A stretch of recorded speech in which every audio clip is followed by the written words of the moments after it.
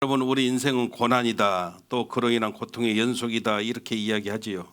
내 인생도 그렇고 또 남의 인생도 그런 것 같고 누구의 인생도 마찬가지입니다. 아무리 믿음이 좋은 신실한 하나님의 사람의 인생도 고난, 고통이 없는 것 절대 아닙니다. 어떻게 보면 하나님의 사람들에게는 더 많은 사명의 고통이 있는 것도 보게 될 때가 종종 있습니다. 그래서 오늘 고난 가운데, 고통 가운데 있을 때 사람들이 어떻게 반응하는지, 또 우리는 어떻게 반응해야 하는지, 진정한 위로가 무엇인지 우리가 한번 살펴보고 은혜를 나누기를 원합니다. 첫 번째 생각해 보는 것은 고난에 대한 대부분의 사람들의 반응입니다. 고난, 고통, 대부분 사람들의 반응은 피하고 싶어 한다는 겁니다. 고통을 당하지 않으려 하고 고난을 겪더라도 고난이 왔는지 안 왔는지 모를 정도로 그냥 스쳐 지나가는 그런 모습만 나에게 다가오는, 겪는 모습이 되어지기를 원한다는 것이죠. 사실 이것은 자연스러운 반응입니다. 이거 절대 나쁘다고 말할 수 없습니다. 굳이 내가 안 당해도 될 고난 당할 이유가 전혀 없기 때문입니다.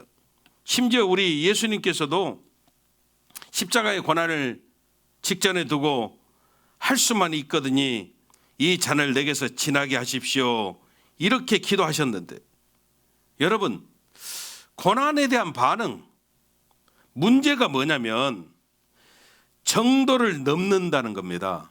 다시 말하면 나의 온 신경과 정신이 이 고난을 겪지 않으려고 회피하는 데에만, 모든 역량을, 힘을 다해서 그것을 피하는 데만 집중할 때, 이것이 문제가 된다는 겁니다. 이게 무슨 말이냐면 오직 고난을 피하려고만, 겪지 않으려고만 이렇게 신경 쓰다 보니까 내가 지켜온 모든 가치들을 포기해 버릴 때가 있고, 때로는 신앙의 기준까지도 던져버리는 그런 모습이 되어지는 것이 문제라는 겁니다. 왜요? 결국은 세상과 타협하게 되어지고 또 세상을 따라가는 모습이 되어지기 때문입니다. 이것은 비단 믿음이 약하고 신앙이 약한 사람에게만 일어난다고 생각하면 안 됩니다. 우리 사람은요, 정말로 연약합니다. 너무 나약하고 연약해서 하나님께서 주시는 능력으로 버티지 못하는 경우에는, 내 힘으로 버티려고 하는 경우에는 너무나 쉽게 무너져 버린다는 겁니다. 오히려 큰 고난은 잘 버티면서 승리했는데 작은 고난 앞에서 무너져 버리는 경우도 우리가 자주 보게 되어진다는 겁니다. 이럴 때는 여러분, 고난이 유익이고 고난을 통해서 하나님의 섭리의 역사 있을 것이고, 이것은 너무나도 먼 이야기가 되어지고 말아버린다는 것이죠. 내 고난도 이러는데 남의 고난, 또 공동체의 고난은 그냥 내가 무관심하고 내가 조금 회피해 버리고 싶은 마음 드는 건 너무나도 당연한 모습이라는 것이죠. 내 고난도 내가 감당 못하는데, 지금 허덕이고 있는데 남의 고난, 공동체의 고난까지 신경 쓸 여력이 없다는 것이죠. 그래서 우리는 다 어떻게 하느냐면 입으로만, 말로만 관심 있는 척하고 지날 때가 너무 많이 있다는 겁니다. 오늘 본문에 등장하는 느헤미야는 이스라엘 백성들이, 지금 느헤미야는 바사라고 하는, 페르시아 바사라고 하는 나라의 포로로 끌려와서 거기서 태어난 이스라엘 사람입니다. 근데 아직 이스라엘 땅에는요, 포로가 되지 않고 남아있는 자들 있는데 그 소식을 듣는 거예요. 거기 남아있는 아직 포로가 되지 않고 남아있는 이스라엘 백성들이 엄청나게 능욕을 당하고 어려움을 겪고 있고, 예루살렘 성이 다 성문이 불타서 흔적도 없이 막 사라지고 있고, 이런 이스라엘 현지 상황의 이야기를 다 듣게 되어집니다. 지금 내 고난 아니거든요.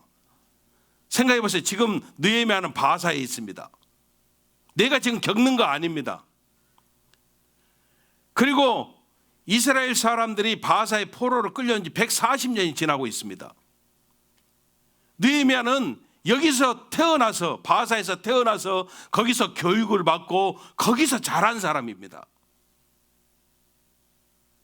절대 지금 예루살렘 상황, 이스라엘 백성들의 그 고난의 모습이 지금 내가 직접 겪는 고난의 모습이 아니라는 겁니다. 얼마든지 피하고 싶은, 무관심할 수 있는 그런 상황 가운데 있는데, 더더군다나 이 느헤미야는 포로 출신이지만은 왕의 절대적인 신임을 받고 있는, 최측근 실세로 벼슬하고 있는 그런 사람입니다.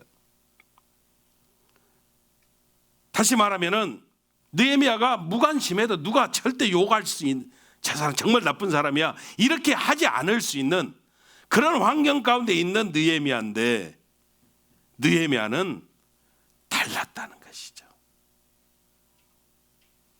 왜냐하면 그는 민족을 사랑했고, 더 중요한 것은 이스라엘 공동체가 지금 고난을 겪는 이유를 분명히 알고 있었다는 겁니다. 다시 말하면 지금 이스라엘 백성들이 겪는 고난은 하나님이 택하신 민족인데, 하나님 앞에 범죄함으로, 불순종함으로 겪는 고난 되어짐을 알았다는 겁니다. 더 중요한 것은 이게 하나님의 주권 아래 하나님이 허락하시는 고난이 되어지고 있음을 그는 분명하게 깨달았다는 겁니다. 그래서 오늘 고백하는 겁니다. 이스라엘 백성들이 회개하고 하나님 앞에 돌아오기만 하면 어느 곳에 있든지 예루살렘이 회복이 되어지는 은혜가 하나님의 약속이심을 내가 분명하게 믿고 있습니다. 이렇게 고백하고 있다는 겁니다.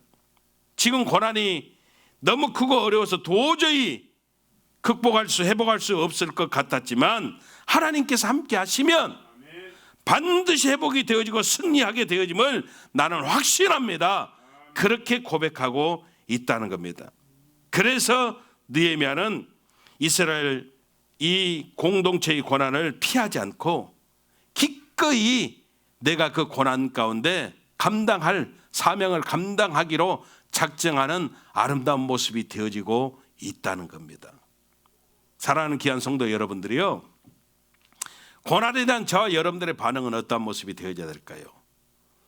내 고난도 내가 감당하기 벅찬데 공동체의 고난이야, 다른 사람의 고난이야, 무관심하는 그런 모습이 되어져서는 안 된다는 것이죠.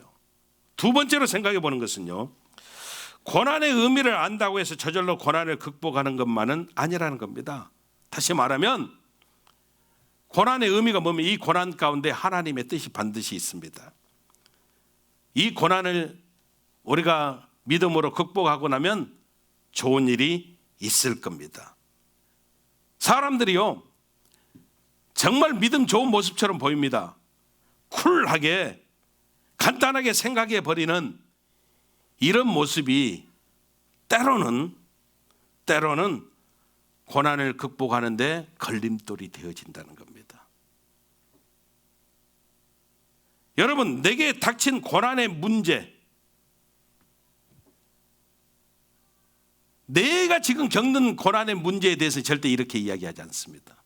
근데 남이 겪는 고난에 대해서, 공동체가 겪는 고난의 경우에 대해서는 바로 이런 모습으로 많이 이야기하고 지나쳐 버린다는 겁니다.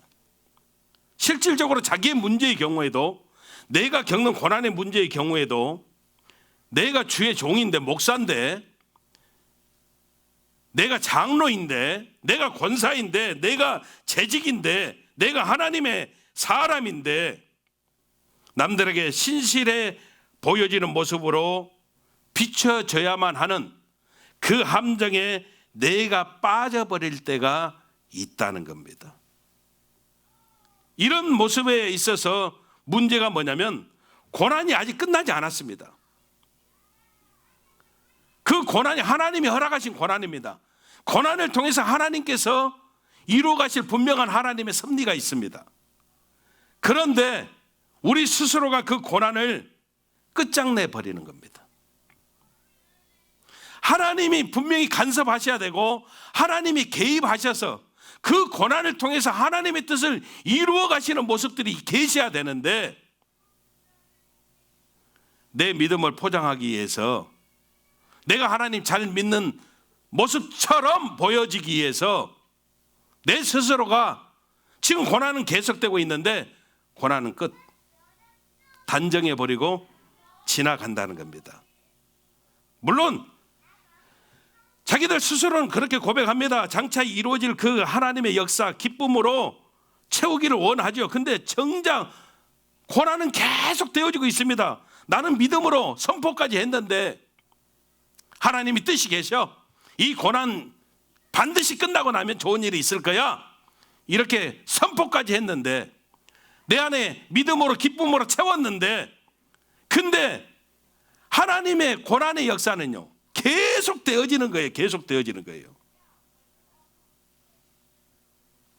고진감래하면서 참다 결국 하나님 앞에 원망합니다. 하나님, 내가 언제까지 이 고난을 참아야 됩니까? 하나님, 왜 나에게만 이런 일이 계속, 이런 고난이 찾아옵니까? 그러고는 다 지금까지 참아온 그런 시간까지도 원망의 시간들로 만들어 버린다는 겁니다. 이게 믿음 좋은 모습처럼 보여지고 신실한 하나님의 사람 태도인 것처럼 보여지는데, 고난에는 뜻이 있습니다. 반드시 좋은 일이 있을 겁니다. 그러다가 문제는 종종 원망과 불평으로 끝나버리는 그런 모습이 되어지는 경우를 우리가 너무나 자주 보게 되어지고 겪는다는 겁니다. 여러분 생각해 봐요. 고난, 그 고난을 단지 내가 참는 문제, 그 고난을 나의 문제로만 바라보고요 그렇게 인정해 버리기 때문입니다. 다시 말하면 고난이 내게 찾아왔지만 끝나면은 영광이지요. 자기 스스로가 다 그렇게 결정해 버리는 겁니다. 하나님이 아까도 이야기했지만 반드시 간섭하시고 하나님이 뜻을 이루어 가시고 하나님이 역사하실 그 모든 것을 자기 스스로가 하나님이 고난 가운데 매여 있는 모습으로 만들어버리고 끝장내버리는 겁니다. 여러분, 하나님이 고난을 통해서요, 고통을 통해서요, 저와 여러분들에게 하나님의 뜻을 이루어가기를 원하십니다. 하나님이 고난과 고통을 우리에게 주시면서 그냥 방관하시고 계시지 않습니다. 계속 함께 하시면서 지켜보시고 마음 아파하시고 이 고난, 이 고통 너 혼자 잘 감당해봐, 그런 하나님이 아니세요. 오히려 함께 하시면서 그 고난을 우리가 잘 극복하고 승리하기를 원하시는 그런 모습인데, 고난을 겪는 사람이 자기 혼자 그 고난을 끝내버린다는 겁니다. 이 고난이 끝장나면은 영광 있겠지요. 알겠습니다. 참아보겠습니다. 끝. 여러분, 고난의 유익은 다른 건 아닙니다. 고난 가운데서 우리가 하나님의 음성을 듣고 그리고 하나님과 함께 하면서 극복해 갈 때 하나님과의 밀접한 관계에서 고난의 유익이 있는 것인데, 내 자신이 믿음 좋은 것처럼 그냥 스스로 끝장내버리고 하나님 역사하실 모습을 막아버리는 그런 우를 범할 때가 있더라는 겁니다. 그러니까 지나치게 쿨하게 간단하게 생각하는 태도가 때로는요 얼마나 어리석은 모습으로 하나님의 역사를 우리가 차단해버리는 그런 걸림돌로 이와 같이 어리석은 모습으로 우리가 만들어버릴 때가 종종 있다는 겁니다. 여러분, 어디까지나 고난은 현재형입니다. 그냥 미래로 확 넘어가 버리는 것이 아니라 그 고난 가운데 충분히 우리가 머물러 있어야 된다는 겁니다. 만약에 느헤미야가 이 두 번째 고난의 의미를 깨닫는 것이 고난을 다 극복하는 것만은 아니야, 이 함정에 빠졌더라면 이스라엘 백성들이 고난을 겪고 있고 예루살렘이 어렵게 되어지는 그 이야기를 들었을 때 느헤미야는요, 이렇게 이야기하면 그냥 되는 겁니다. 너희들 왜 망했어? 하나님께 범죄했잖아. 그래, 지금 하나님이 연단하시는 시간이야. 너희들이 이거 받아들여. 너희들이 회개해. 그러면 달라질 거야. 이스라엘 공동체 회복이 있을 거야. 그리고 자기는 쿨하게 뒤로 물러나. 그런 모습밖에는 안 돼 버린다는 겁니다. 근데 느헤미야는 이스라엘 백성들의 그 고난 가운데 함께 머물렀습니다. 자, 세 번째로 봅니다. 그렇다면 진정으로 고난에 대해서, 나의 고난에 대해서, 남의 고난에 대해서, 공동체의 고난에 대해서 우리가 잘 해석해야 될 태도가 무엇일까요? 그것은 그 고난에 함께 머무를 수 있어야 된다는 겁니다. 다시 말하면 그 고난에 대해서 함께 울면서 고난에 동참하면서 하나님께 맡기고 나아가야 된다는 겁니다. 하나님, 지금 너무 힘들고 어렵습니다. 하나님, 이 고통 가운데서 이 고통을 극복하고 하나님의 뜻을 발견하고 회복할 수 있도록 하나님이 도와주십시오. 하나님께서 이 고난 통해서 지금 나에게 하나님의 뜻을 보게 하시고 하나님이 나를 이루어 주시옵소서. 이와 같이 기도하면서 우리가 하나님 능력의 손길을 붙잡아야 된다는 거예요. 그럴 때 고난의 유익을 깨닫게 되어지고 고통 가운데 얻게 되어지는 이유가 있음을 우리가 분명하게 알아야 된다는 겁니다. 내 고난뿐만이 아니라 다른 사람의 고난, 공동체의 고난에 대해 함께 그 고난을 내게서 여길 줄 알고 함께 고난에 머무를 수 있는 사람이 진정한 위로자가 되어지고 진정으로 함께 하는 모습이 되어질 수 있음을 우리가 분명히 알아야 된다는 거지. 느헤미야 이름의 뜻은요, 성전을 재건한다, 회복한다 그런 뜻이 아닙니다. 느헤미야의 이름의 뜻은 하나님께서 위로하신다는 의미입니다. 이게 무슨 말입니까? 고난에 대해서 무조건 회피하는 것이 아니고 그냥 거기 하나님의 뜻이 있어, 그러니까 네가 극복하면 좋은 일이 있을 거야, 이런 모습이 아니고 느헤미야는 같이 고난에 머무르면서 울어주는 사람이었다는 겁니다. 여러분, 이스라엘 백성들의 고난에 대해서 쿨하게 진단하고 처방하고 이렇게 하면 돼, 이런 것이 아니라 여러분, 아버지의 마음이 어떤 마음일까요? 부모의 마음. 자식이 고난에 처해 있습니다. 부모는요, 야, 네가 지금 고난을 겪는 이유가 있어. 네가 이렇게 하나님 앞에 기도하고 회개하면은 하나님이 이 고난 끝장나게 만들어 주셔. 이렇게 진단하고 처방해 주는 부모는 절대 없습니다. 그렇게 끝나는 부모 없습니다. 부모는 어떻게 하는 거예요? 자식의 고난에 같이 머뭅니다. 그 고난을 함께 겪습니다. 물론 진단도 하고 처방도 하지만은 그것으로 끝장나는 게 아니고 그 고난을 같이 겪는 겁니다. 지금 고난을 겪는 사람이 환자라고 한다면 의사는요, 그냥 진단하고 처방하고 약 조제해주고 그러면 끝납니다.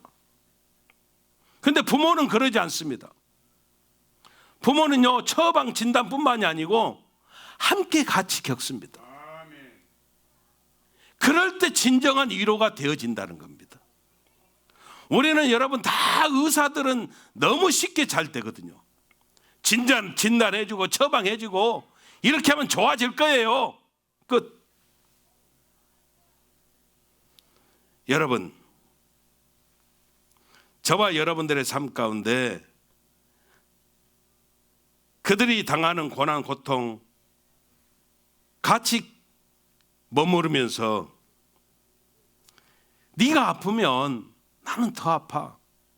이게 부모의 마음이고 이게 하나님의 마음 되어진다라고 한다면 우리도 그 마음을 품고 함께 할 수 있어야 이게 진짜 위로고 진정한 모습이 되어질 수 있음을 우리가 깨달아야 된다는 겁니다.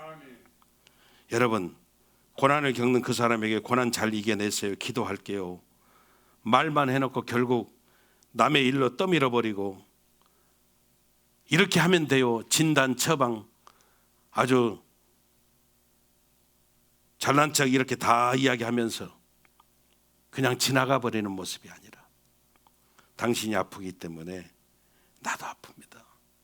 당신이 울기 때문에 나도 함께 울고 있습니다. 이렇게 나아가는 모습이 진정한 위로가 되어짐을 우리가 분명히 깨달아야 된다는 겁니다. 여러분, 말씀을 한번 정리해 보십시다.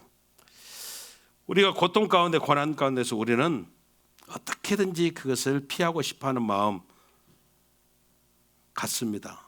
이게 나쁘다는 것 아닙니다. 그러나 고난에 담긴 하나님의 뜻을 알기 전에 미리 고난이 아프고 힘들고 고통스럽기 때문에 대부분 피하려고 하지요. 하지만 하나님이 허락하시는 고난이라면 마냥 피할 모습만 되어져서는 아니 됨을 우리가 또 알고 있습니다. 왜? 우리는 하나님의 자녀이기 때문입니다.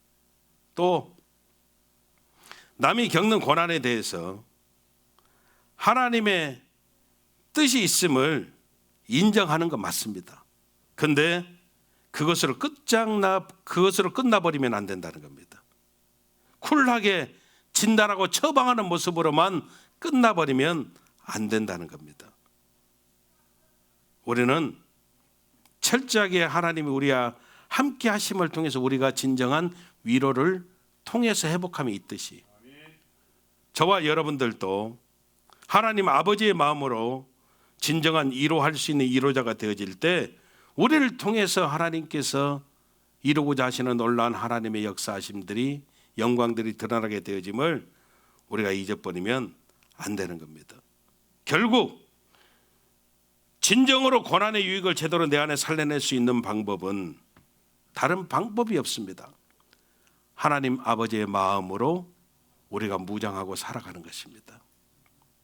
진짜 위로가 필요한 사람들을 위해서 함께 그 고난에 머무면서 울어줄 수 있는 그런 삶을 살아야 저와 여러분들을 통해서 하나님의 영광이 드러나게 되어지는 놀라운 은혜의 역사가 있음을 우리가 깨달아야 된다는 겁니다. 하나님 아버지의 마음이 되어서 그냥 고난에 우리가 끝장내는 게 아니고 하나님 아버지의 마음이 되어서 그 고난 가운데 함께 머무면서 위로할 수 있는 인생, 진짜 위로해 주고 싶습니다. 또 위로받고 싶습니다. 우리의 고백들이 우리 삶 속의 열매로 화답이 되어지는 복된 축복의 인생들이 되어질 수 있음을 분명하게 믿으시기를 주님 이름으로 축원합니다. 기도하겠습니다.